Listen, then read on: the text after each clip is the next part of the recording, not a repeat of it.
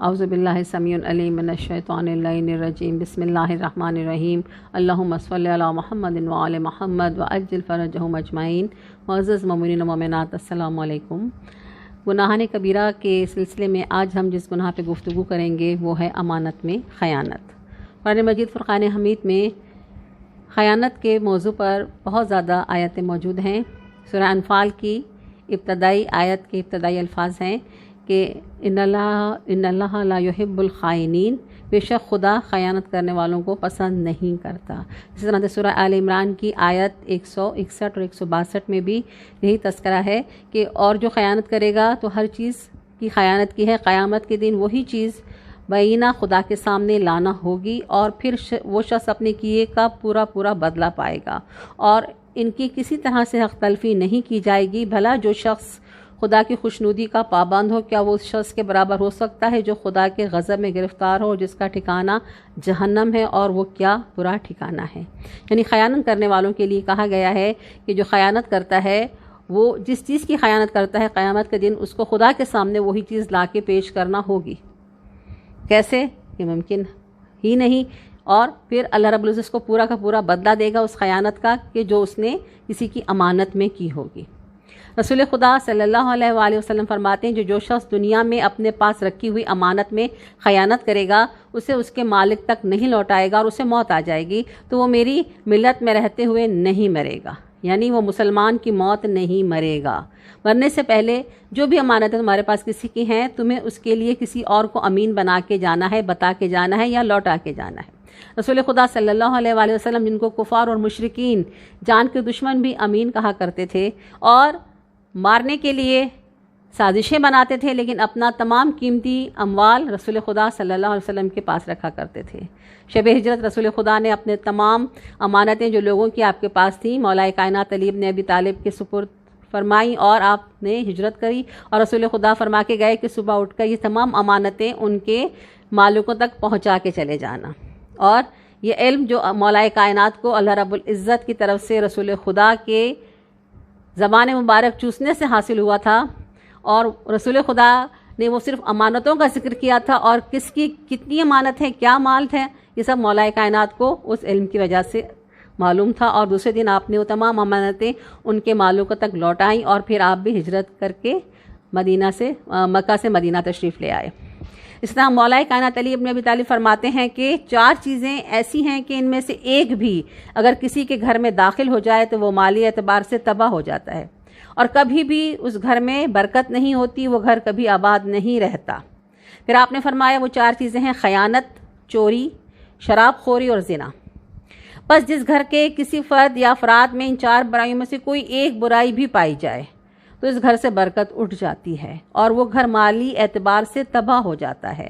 یعنی گھر کا کوئی ایک فرد چوری کی علت میں مبتلا ہے، چوری کی گندی عادت میں مبتلا ہے تو اس گھر سے برکت اٹھ جائے گی، اس گھر میں کبھی بھی خوشیاں نہیں آئیں گی۔ اسی طرح سے یہ تمام برائیاں جو بتائی ہیں، خیانت بھی اس میں شامل ہے کہ کسی نے آپ کے پاس امانت رکھوائی اور آپ نے اس کی خیانت کی تو اس کی وجہ سے آپ کے گھر کے اندر سے برکت اٹھ جاتی ہے۔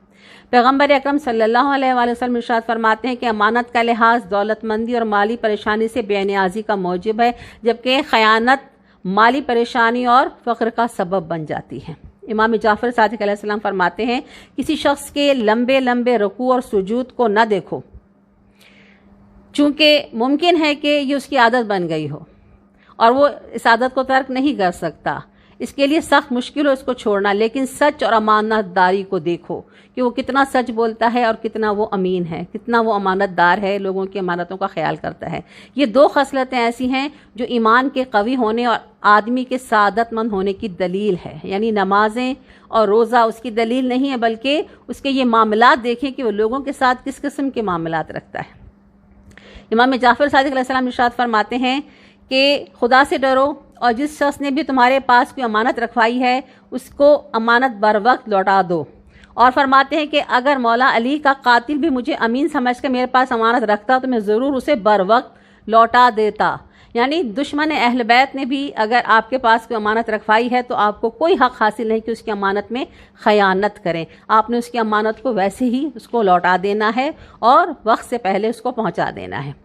اسی طرح کسی انسان کا راز کوئی شخص آپ کو اپنا دوست سمجھ کر اپنے دل کی بات یا کوئی راز کی بات بتاتا ہے تو آپ کا فرض ہے کہ اس نے آپ کو منع کیا ہے کہ یہ بات آپ تک رہے تو وہ آپ کے پاس ایک امانت ہے، اس بات کو آپ کے دل سے نہیں نکلنا چاہیے، وہ بات آپ کی زبان سے دوسروں کے کانوں تک نہیں پہنچنی چاہیے، ورنہ یہ بھی خیانت کے زمرے میں آ جاتی ہے۔ اور اس کی مثال ہم دیکھتے ہیں اس طرح سے کہ یہ واقعہ امانت داری کی ایک مثال جب حضرت امام حسین علیہ السلام بطن رما سے حاجز کے مقام تک پہنچے، جب مولا کربلا آ رہے ہیں تو وہاں سے حضرت مسلم ابن عقیل اور کوفے کے شیعوں کے نام ایک خط لکھا۔ وہ خط کچھ یوں تھا کہ حسین ابن علی کی جانب سے اپنے مومن مسلم بھائیوں کے نام، تم لوگوں پر سلام ہو، میں اس خدا کی حمد و ثنا کرتا ہوں جس کے سوا کوئی معبود نہیں۔ اما بعد مسلم کا خط مجھ تک پہنچا، انہوں نے مجھے ایک اچھی خبر سنائی کہ تم سب لوگ ہماری مدد کے لیے متحد ہو، ہمارے حق کا مطالبہ کرتے ہو۔ میں خدا سے دعا کرتا ہوں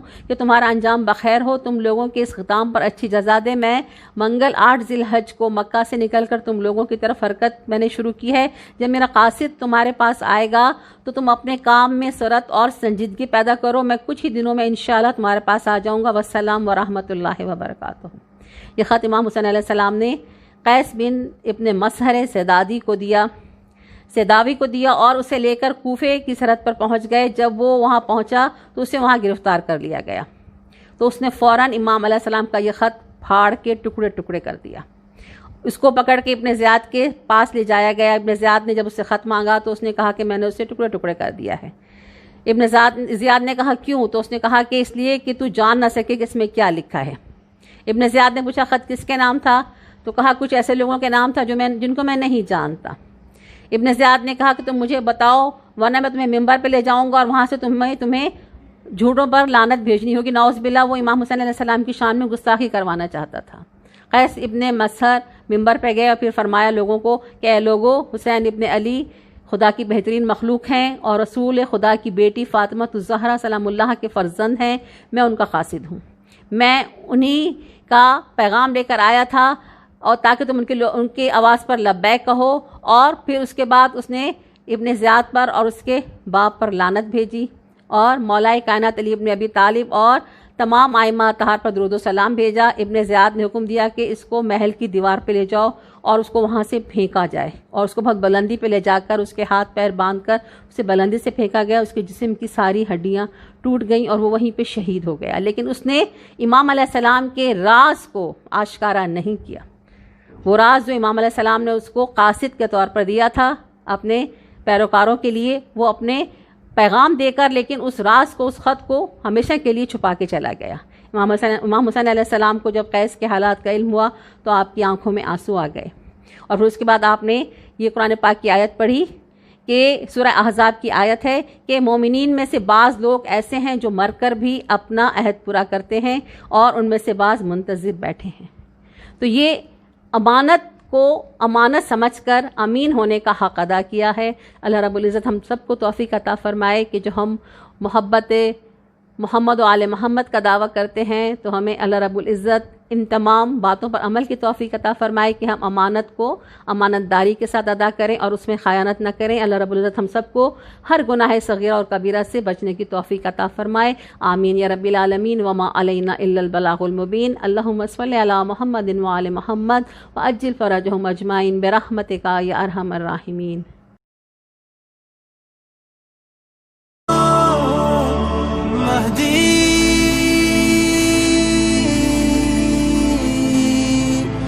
مددي